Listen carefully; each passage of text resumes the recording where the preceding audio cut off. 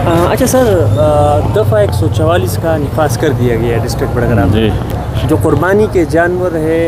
उनके यहाँ से मुंतकली पर पाबंदी आ रही है। सर हम देख रहे हैं कि जानवर यहाँ से आउट डिस्ट्रिक्ट जा रहे हैं,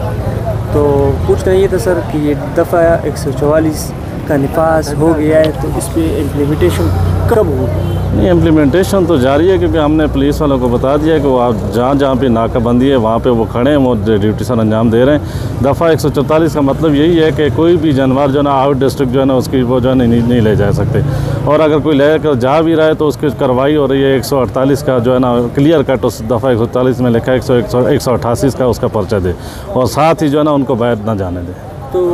जो हमारी पुलिस है, डीएसपी साहब या डीपीओ साहब, उन तक ये बिल्कुल उनके मेरी कल भी डीएसपी साहब से बात हुई है। मैंने उनको यही कहा है कि दफ़ा 144 ना आप किसी जानवर को जो है ना किसी किस्म की जो है ना ट्रैवलिंग उसको रोकें, और जो लेकर जाए उनके साथ सख्त से सख्त कार्रवाई करें। यानी गवर्नमेंट द SOPs मुताबिक जमंग द नाराजा मोड़ मंडे दा और यो द नज़ वाबड़ा ऑफिस के दा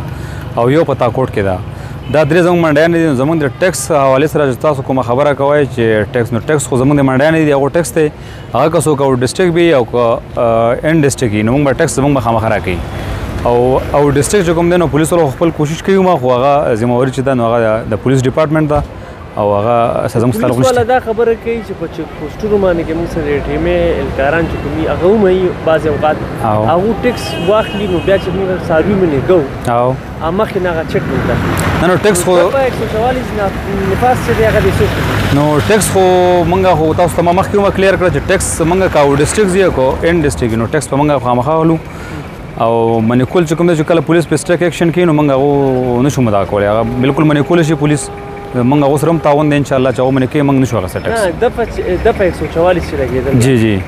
دغه نفاس چې دی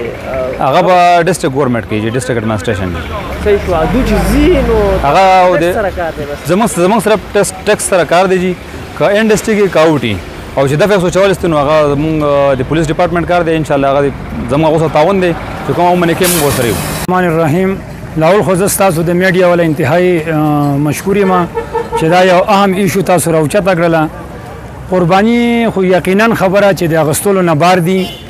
کوم سیس چې 50,000 قیمت هغه په 1 لک باندې نه ورګي. د هغه مین وجه دا ده چې دلته نه ساروي روان دي، اوګای ته روان دي، مانسری ته روان دي، د غاړې باندې په دې زوړ روډ باندې په سیپیک په سایډ باندې الته اوګای او مخې ته مانسری ته لاړم. پرون ما په خپل گاډي ولیده چې گاډي ډک شو، مال ته یو سپای ته و چې دا خو ممنوع نه دي، هغه را زمون کار نه دي، او دلته په دې زوړ روډ باندې چتر بټل دې ته دا ساروي روان دي. یقینا خبر زمونږ انتظامیه د تماشیانو هغه کردار ادا کوي، نه ډي سي سے په دې باندې ایکشن اخلي، نه ډي پی او سے واخلي. دفعه 144 لګیدل یاره یقینا په کاغذاتو کې بوي دفعه 144 بوي، لیکن عملاً سشي په نظر نه راځي. انتظامیه بالکل خاموش تماشائی کردار ادا کوي، نه ډي سي سے بار تر وته، نه ډي پی او سے بار تر وته، نه زمونږ د ټیمې اهلکار چې دي یقینا نه څه انتظامات شته، او بل عام وجوهات دا دي چې نامعلوم 75 کې هم چوکای شته چې دا ساروي به څنګه پاس کیږي. نو څه وختونه کوي خلک په دې بل قرباني کې یاره یقینا خبره کما ته کې زما درې مرزه زګرزم نو دا د اغستلو نه ډیر بار شوي دي د خلکو چې کوم طاقت دی. اوس وړوکې مرغومې چې دی هغه په 30-35 هزار روپۍ خرڅوي، ولې چې کوم د پنجاب نه بفاریان راغلي وو هغوی مال ووښکه، لیکن زمونږ انتظامیه ته زه حیران یم، نه پولیس کاروایي کوي، نه ډي سي صاحب نوی راغلی. زما یې خیال دی هغه ته که زدي سي علم هم نشته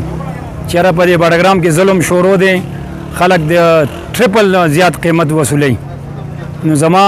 دې وخت کې اوس هم لا ټایم شته چې سرکاري کوم اهلکار دي یا ډي سي صاحب دي یا ډي پی او صاحب دي چې کم از کم دې باندې ایکشن خو واخیستلی شي،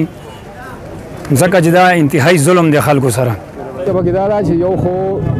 ساوري څه کالي کم دي، بل چې کوم هغه ټول خلکو په پنجاب ته مخکې چا بند کړي دي چې مه به یې بابله څه خیال دی قرباني به واخلئ څه کالي خلک به واخلي که نه د مشکل ډېر به پکې واخلي ډېر به پاتې هم شي، ولې چې داسې حالات ته دي خو څنګه وایي انتظامیه ته به څه وایي؟ زما دا چې انتظامیه غور پکارو اوس خو وخت لا او د څه غوړي چې اختر راغی سار خو اختر دی بیا به څه غوړي